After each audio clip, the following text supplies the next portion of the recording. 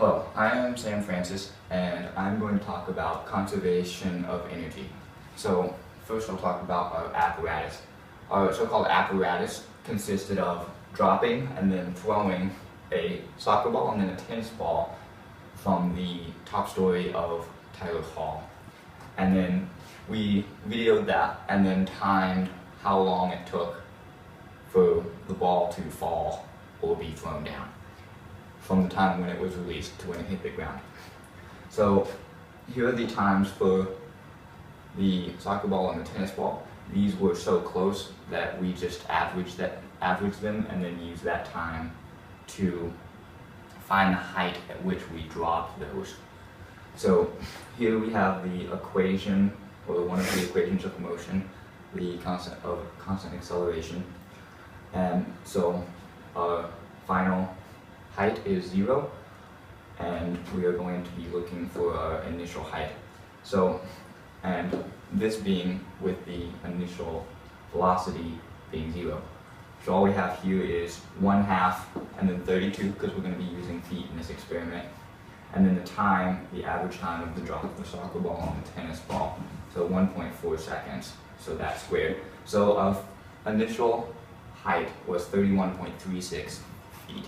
So, and we could find that without using a measuring tape or anything else, just by using time in this equation here.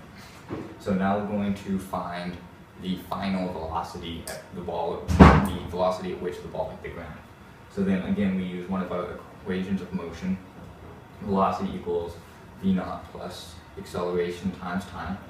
Again, this being with the initial velocity being 0. So 32 times this, we're going to be using the soccer ball in here, time 1.41 seconds.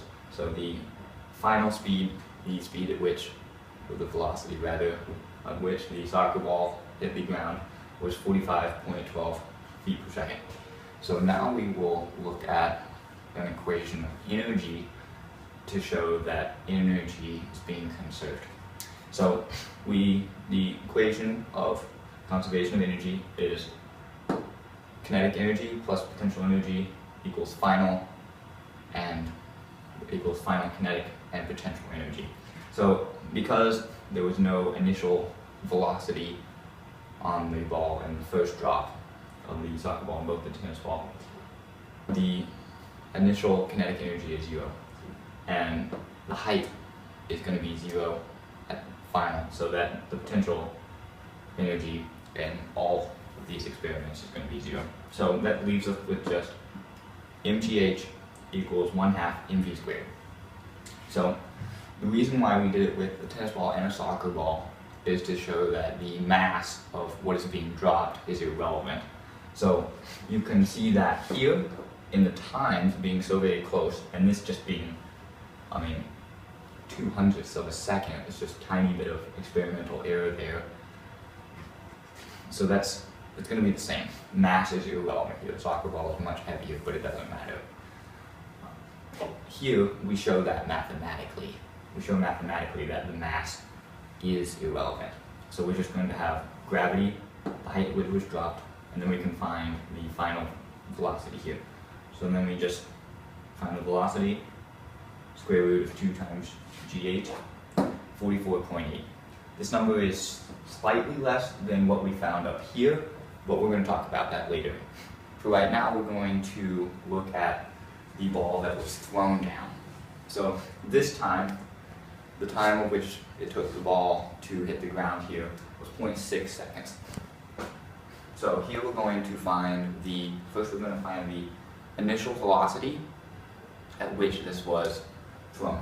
So again, just as we did in the first one, here we're going to use equation of motion of constant acceleration. So y, or the final height, equals the initial height, the speed and the acceleration there as well.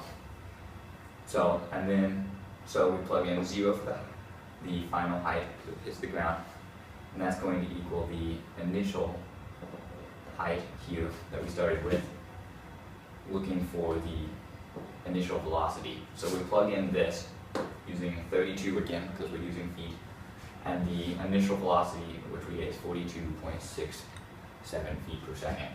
So that's the initial. Now we're going to look for the final velocity of the ball being thrown down. So then we just use, again, this is the velocity equation of the constant acceleration, v naught plus constant acceleration times time. So we use the initial velocity plus gravity with the time. So here we get a final velocity of 61.87 feet per second. Now again, we're going to look at conservation of energy. So again, the final potential energy is going to be 0. The initial kinetic energy, we're going to actually use that in this one because there's some initial velocity. So again, mass is irrelevant. So we plug in our numbers here, and we get final velocity of 61.87 feet per second. So this number here is basically the exact same as this. Mathematically here it's shown as exactly the same. The reason for that is because the air resistance, the friction, the work done by friction of the air on the ball didn't have very much time to work on this. It only had 0.6 seconds, so mathematically it looks like it didn't do anything. It did, of course, do something because there is air. But mathematically, and with the time that we found, it looks as though it didn't. Over here, though, the time being more than twice as long, you can see the effect of the work that the friction did on the ball here.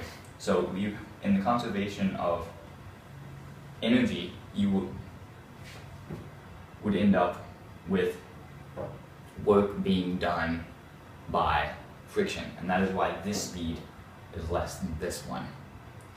So as you can see though, throughout, energy is conserved, and this is the experiment that we used to prove it.